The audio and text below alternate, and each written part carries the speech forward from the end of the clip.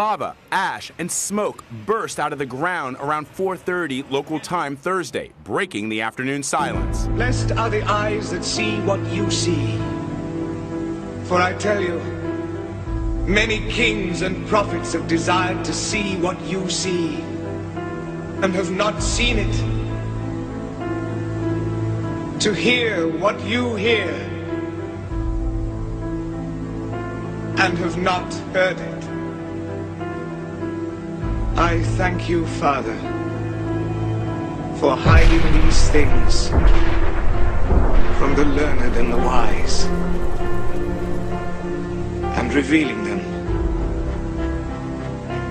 to the innocent and the simple.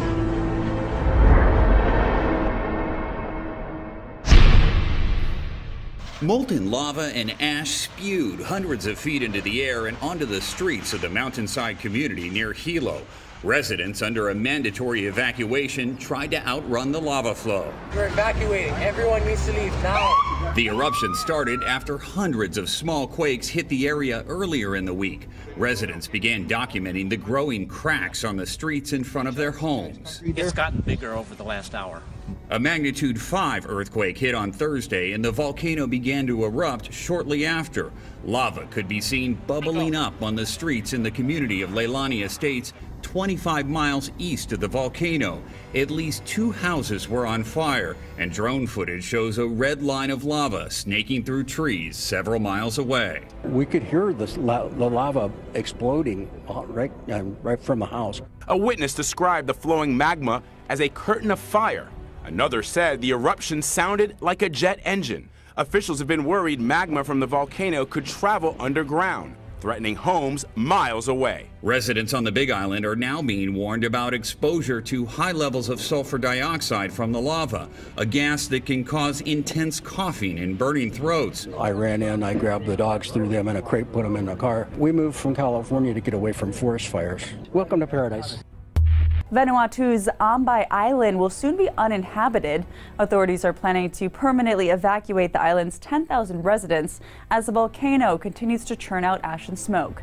The ash has been wreaking havoc on Ambai, killing crops and tainting the island's water supplies.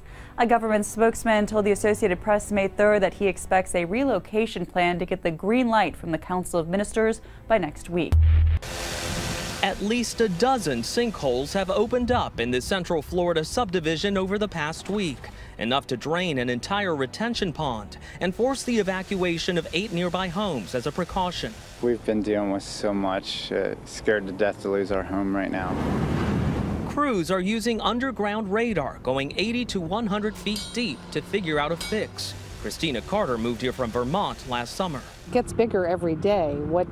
How far is this going to get? How big is it going to get? And nobody's telling us anything. People who live here say they started to notice something strange last week, what one resident described as water explosions coming from this now empty pond. It was these sinkholes opening up. A worst-case scenario is that these sinkholes continue to lose ground to the aquifer below, leaving open the possibility they could continue to grow and eventually merge. A 6-story deep sinkhole recently opened up on a farm in New Zealand. It is about 180 meters long, 20 meters wide and 20 meters deep, which is around the same size as 2 football fields. At least 40 million Americans are under threat of severe weather this morning. Sirens are blaring. Yeah, right now it's a multiple vortex tornado on the ground, and it's moving pretty quick. The house shook, and the windows blew open. I didn't at the time even know if the whole house was coming down. We had heard the tornado sirens go off, so I wasn't sure if it was just the tree or if it was something bigger. The same scene played out near Elkhart, Indiana, where a fierce wind sent a tree tearing into this home. Sirens are blaring. Sirens warned residents to take shelter in Oklahoma, where ominous clouds brought a piercing rain and damaging tornadoes. At least 9 were reported in Oklahoma, Kansas, and Missouri, just one day after more than 18 tornadoes ripped through the Midwest, including this twister in Tescott, Kansas. Across the central U.S., heavy rain, lightning, and strong winds tore through homes and knocked down power lines. In Langdon, Kansas, a bolt of lightning set this oil tank on fire. And as far north as Chicago, heavy winds damaged buildings, including ripping the roof off this apartment complex. A violent dust storm whipped through northern India, killing more than 100 people. Dust storms are not uncommon in India this time of year, but the squall that hit the states of Uttar Pradesh and Rajasthan late Wednesday, May 2nd, was unusually fierce. CNN reports as many as 73 people were killed across Uttar Pradesh, including 43 in the city of Agra. Another 35 people were killed and more than 200 injured in Rajasthan. Lightning struck houses, bringing walls and roofs down upon sleeping occupants. Others were killed by falling trees. The dawning sun on Thursday revealed ruined buildings, damaged electrical infrastructure, and dead livestock. But the region isn't in the clear yet. The government of Uttar Pradesh warned residents Thursday another storm could hit within 48 hours.